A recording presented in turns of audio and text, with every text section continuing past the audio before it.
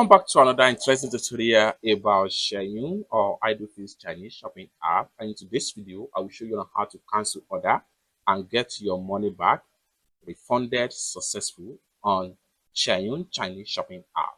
Let me show you how. But before we dive into the tutorial, as you know me, my name is Rafi Yakub.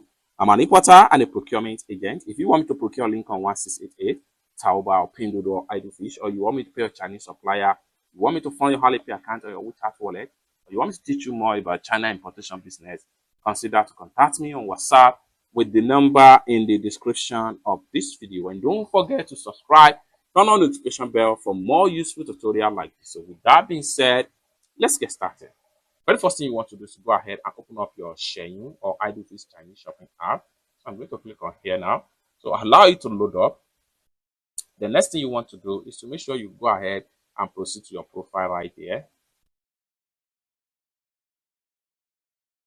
Next thing you need to do is to go ahead and click on here. Now you are here. Next thing you want to do is to select the product that you want to cancel and get a refund for. So once you select the product, for instance, if I'm using this product right here, next thing I'm going to do is to click on here. Once you click on that, click on here, which simply means cancel the order and proceed with your refund request. And follow the prompt. With that, your order will be cancelled. The refund will be refunded back to your Alipay account without any stress. It's that simple.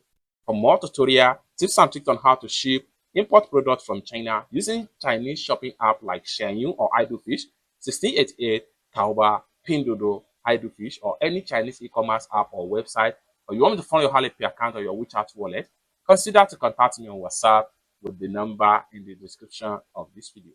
Thank you so much for watching, and I hope to see you in my next video. Bye for now.